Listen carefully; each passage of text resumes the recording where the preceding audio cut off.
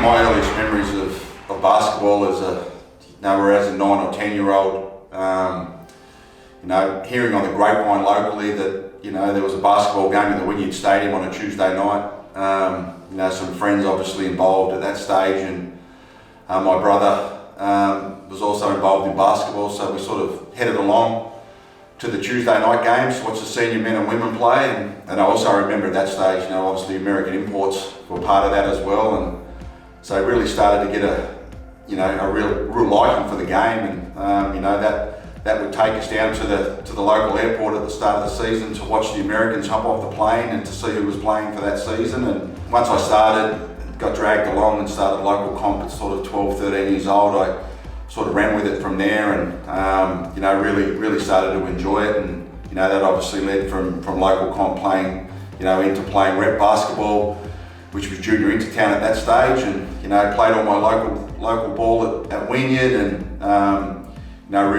really enjoyed that. Started to get a real love for the game, and that was some of my fondest memories back then. And starting so young, but to reflect back on a 2-decade career and to win 7 championships in that space of time. And we had Mark Radford come on as a coach there in a period of time there where we saw some success back with our first premiership in 1997, and then it was either sort of a patch after that where it was either me or my brother sort of player coaching through a long period of time. So like I said, to look back and to reflect on 7 championships through that space of time in Wynyard was some very fond memories. It was 350 sort of plus SEABL, but it was 400 and almost 550 with Wynyard. So there's a lot of games in there, and the body's paying for that right now. But look, from an NWBU standpoint, obviously saw a huge amount of success, and it was to play so long with your brother and a couple of my close mates in the McGaffins and guys like that. They were huge memories that sort of carried over into the SEABL. We were sort of, along with Nick Hayward, we were sort of some foundation members of that little period of time for the SEABL program,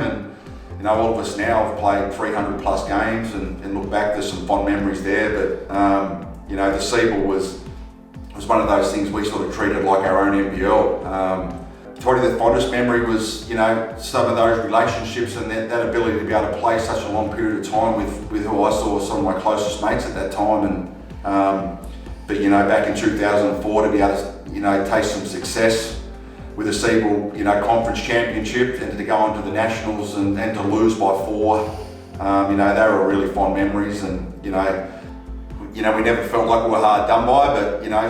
sort of thing for us, we felt like we were under-resourced at times and under budget compared to some of the mainland teams, but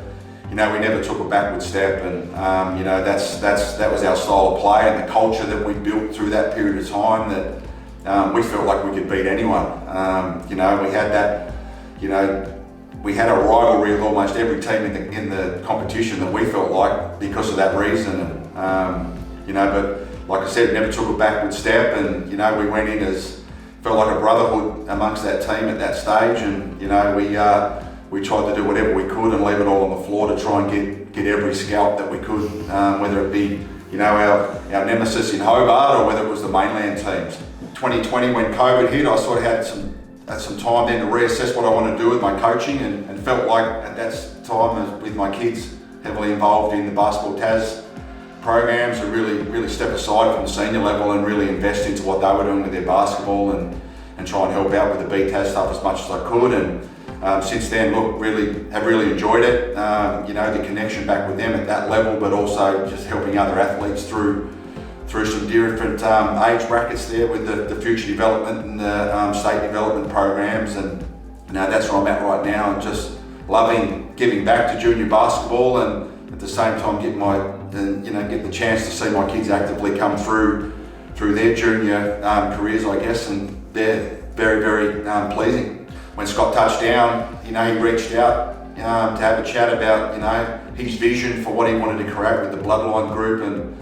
I was just super excited to be able to connect, be connected with it in some way, shape or form, and being from the northwest coast. We felt like that, you know, there was some good history and with basketball up that end of the state that, you know, if we could get connected with the program down here, that'd be fantastic. But yeah, once he outlined what his plans were to do and the general excitement about the JackJumpers coming back in, it was, you know, it was something that I was just, you know, happy to be a part of. And, you know, even these first couple of months being involved, it's just real good. You feel the connection with everyone, so it's great that, you know, it's just so good, I think, to be able to bring the northwest coast, you know, and what we've done up there and what everyone's done up the northwest coast to be a part of the JackJumpers program in some way, shape or form. It's just really exciting.